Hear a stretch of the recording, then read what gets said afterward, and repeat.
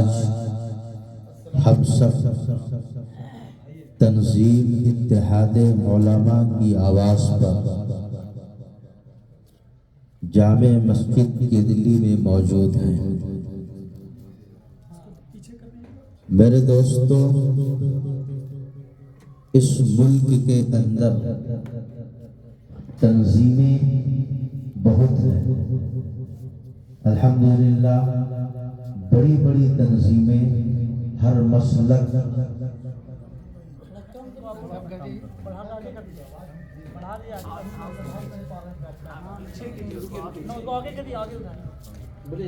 Hello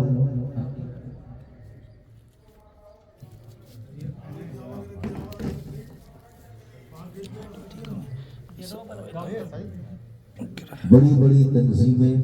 ہر مسلک کے ماننے والوں کے پاس موجود ہیں، لیکن تنظیم اتحاد علماء ضلع چترا کی ضرورت کیوں پڑی؟ میرے دوستوں، اس وقت ملک کے حالات بد سے بدتر ہیں، مسلمانوں کو سیاسی اعتبار سے حاشیے پر دھکیلا گیا۔ آپ اندازہ لگائیں، اتنے حالات خراب ہیں کہ انصاف کو بھی حاشیے پر دھکیل دیا گیا۔ مسلمانوں کو حاشیے پہ دھکیلا، ساتھ ساتھ انصاف اور عدالتوں کو بھی حاشیے پہ دھکیلا۔ آپ حضرات کے ذہن میں ہوگا کہ بابری مسجد کا واقعہ جب پیش آیا، عدالت عظمیٰ نے صاف تسلیم کیا کہ مندر گرا کر کے مسجد کی تعمیر نہیں ہوئی تھی۔ عدالت عظمیٰ نے تسلیم کیا کہ جس نے مندر کو ڈھایا وہ مجرم ہے۔ عدالت عظمیٰ نے تسلیم کیا کہ مسجد میں نماز ادا ہوتی رہی، مسجد مسلمانوں کے قبضے میں ہمیشہ سے رہی اور آج تک رہی، لیکن آستھے کے بنیاد پر، عقیدت کے بنیاد پر انصاف کو بالائے طاق رکھ کر کے، انصاف کو قتل کر کے، جمہوریت کا خون کر کے، آستھے اور عقیدت کی بنیاد پر مسجد کسی اور کے حوالے کیا گیا۔ یہ معاملہ تھما نہیں، ابھی تازہ معاملہ ہے بنارس کا، جسے ہم اور آپ شاہی جامع مسجد کے نام سے جانتے ہیں۔ اس مسجد کے بارے میں اتنا جھوٹ بولا گیا، اتنی دروغ گوئی سے کام لیا گیا، اتنا جھوٹ بولا گیا کہ بھولے بھالے مسلمانوں کی زبان پر بھی گیان واپی مسجد بٹھا دیا گیا۔ تاریخ کو پڑھیے، تاریخ کو کھنگالنے سے معلوم ہوتا ہے کہ مسجد کا نام گیان واپی نہیں ہے، مسجد جہاں قائم ہے اس محلے کا نام گیان واپی ہے۔ مسجد کا صحیح نام شاہی جامع مسجد بنارس ہے، جہاں واقع ہے، جہاں قائم ہے، اس جگہ کے نام سے منسوخ کر دیا گیا مسجد کو، اور ظلم اس قدر بڑھا دیا گیا کہ مسجد کے بغل میں ایک چھپر نما مکان تعمیر کیا گیا تھا، آج سے تقریباً 60-70 سال قبل، جہاں مدرسہ قائم تھا، جہاں قرآن کی تعلیم ہوتی تھی، حدیث کی تعلیم ہوتی تھی، شریعت کی تعلیم ہوتی تھی، جہاں لختے جگر مسلمانوں کے جگر کے ٹکڑے قرآن پڑھا کرتے تھے، وہ جب کھنڈرات میں تبدیل ہو گیا، وہ کھنڈرات میں بدل گیا، وہ چھپر ڈھا گیا، تو اسی شاہی جامع مسجد کے تہخانے میں وہ مدرسہ منتقل ہو گیا۔ اس مدرسے کا نام ایوان شریعت تھا۔ آج سے 40 سال قبل شاہی جامع مسجد، اسے ظالموں نے، انصاف کے قاتلوں نے، جمہوریت کے خون خواروں نے گیان واپی کا نام دیا۔ محلے کا نام جو تھا مسجد کی طرف منسوب کر دیا. اسی مسجد کے خانے میں قرآن کی تعلیم ہوتی رہی. 40 سال پہلے حدیث کی تعلیم ہوتی رہی, شریعت کو پڑھایا جاتا رہا, سب کچھ ہوتا جاتا رہا, مدرسہ بھی چلتا رہا. ایوان شریعت کے نام سے دوبارہ جمہوریت شرمسار ہوا, دوبارہ جمہوریت کا قتل ہوا, دوبارہ جمہوریت کا خون ہوا. اور اسی کے تہخانے میں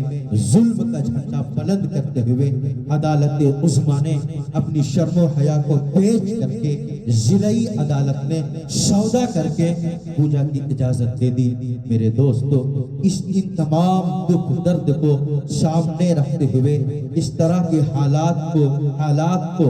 مد نظر رکھتے ہوئے, ان تمام حالات کو سامنے رکھتے ہوئے, سمجھتے ہوئے, سوچتے ہوئے کوئی راستہ, کوئی حل نکالنے کے لیے تنظیم اتحاد علماء کا قیام عمل میں آیا. مسلمانوں کو بیدار کرنے کے لیے, مسلمان جو آپس میں بٹے ہوئے تھے, وہ مسلمان جن کو سلام کرنے سے بھی نکاح ٹوٹ جاتا تھا, وہ مسلمان جو ایک دسترخوان پر بیٹھنے کے لیے تیار نہیں تھے, تنظیم اتحاد علماء کے برکت سے, ہمارے چچا جناب عبدالسبحان صاحب کی محنت سے, ان کی مشقت سے, ان کی محبت سے, تمام مسلک کے علماء ایک دسترخوان پر بیٹھ کر کے کھانے میں محبت کے ساتھ, شفقت کے ساتھ, پریم کے ساتھ ایک دسترخوان پر بیٹھتے ہیں, آپس میں گلے ملتے ہیں, محبت کا اظہار کرتے ہیں اور صاف کر رہے ہیں ہمارے مسلک الگ ہیں, ہمارے مسلک الگ ہیں,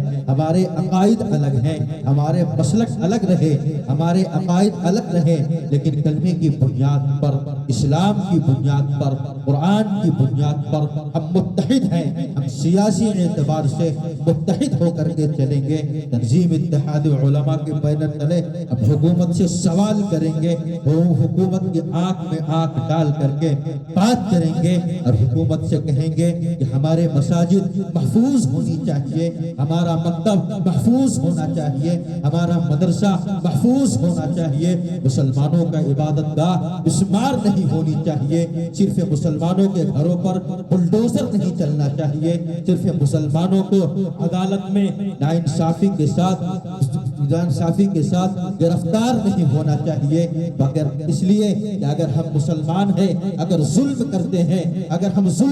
ہیں, تنظیم اتحاد علماء اس کی پیروی نہیں کرے گی, چاہے وہ مسلمان ہو, چاہے وہ ہندی ہو, چاہے وہ جو کچھ بھی ہو, جس مذہب کا ماننے والا ہو. تنظیم اتحاد علماء صاف آگے بڑھ کر کہے گی کہ ہم ظلم کے خلاف نہیں ہیں, ظلم کے ساتھ ہرگز نہیں دے سکتے, لیکن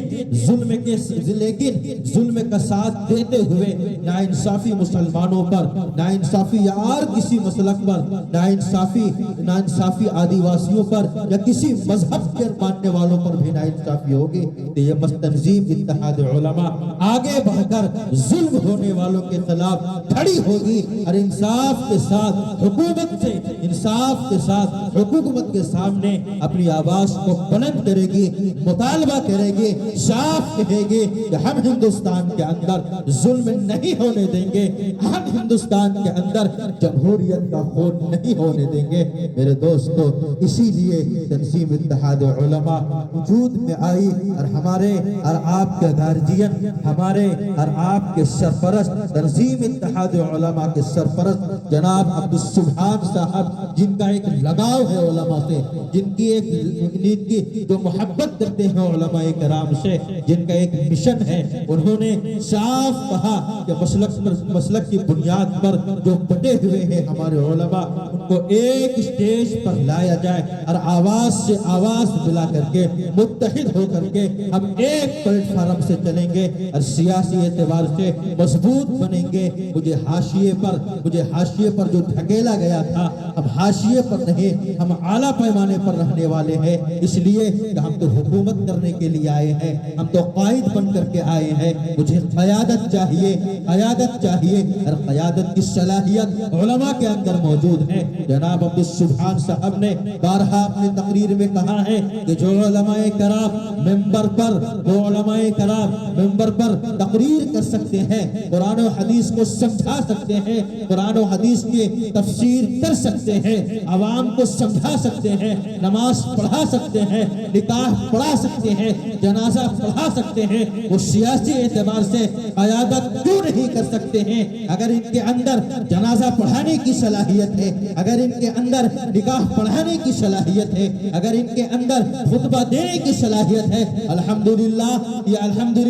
انہوں نے سراجی کو پڑھ رکھا ہے، الحمدللہ انہوں نے تمام کتابوں کو پڑھ رکھا ہے، ان کو سلیقہ آتا ہے سیاست کرنے کا۔ اگر یہ میدان سیاست میں آ جائیں تو سیاست جو آج کالی بن کر کے رہ گئی ہے وہ صاف ستھری سیاست ہو جائے گی۔ اور اے لوگوں، آپ یہ کہنا بند کر دیجئے کہ علماء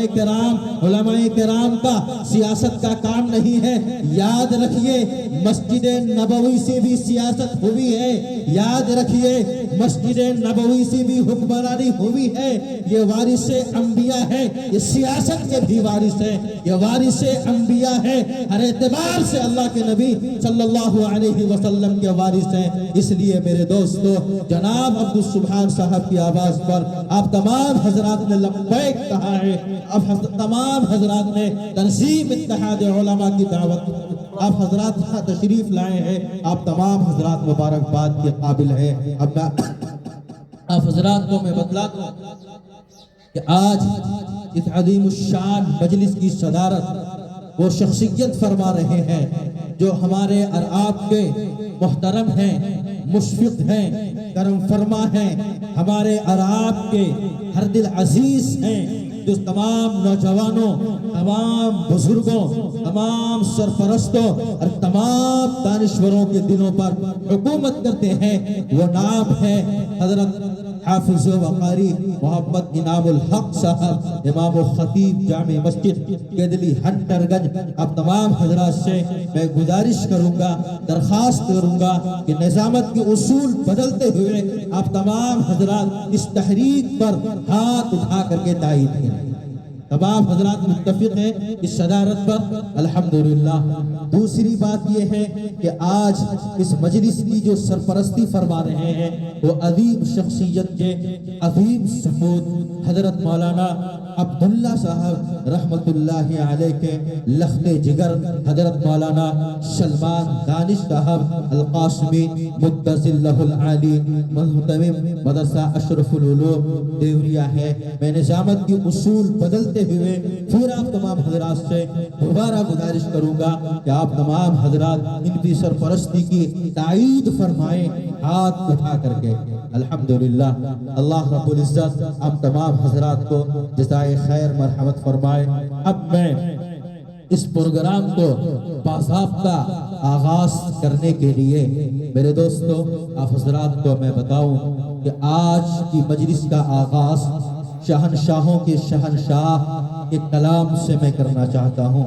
بادشاہوں کے بادشاہ کے کلام سے کرنا چاہتا ہوں، عالمین کے رب العالمین کے قول سے میں کرنا چاہتا ہوں، ایسے تحفہ خداوندی سے کرنا چاہتا ہوں جنہوں نے 23 سال کی قلیل مدت میں ایک انقلاب برپا کر دیا اور یورپ کے اور عرب کے اندر بڑے سے بڑے فصحا و بلاغا کو زیر کر دیا۔ اس کلام مقدس کی فصیح بلیغ آیت کے سامنے بڑے بڑے شعراء عرب کے اس وقت بڑے سے بڑے شعراء اپنی پیشانی کو جھکا لیے۔ اب آئیے اسی کلام مقدس کی تلاوت کے لیے حضرت حافظ و قاری مولانا محمد ذوالقرنین صاحب امام و خطیب جامع مسجد دندار سے میں گزارش کروں گا کہ آپ تشریف لائیں اور تلاوت کلام اللہ سے باضابطہ اس مجلس کو آغاز فرمائیں۔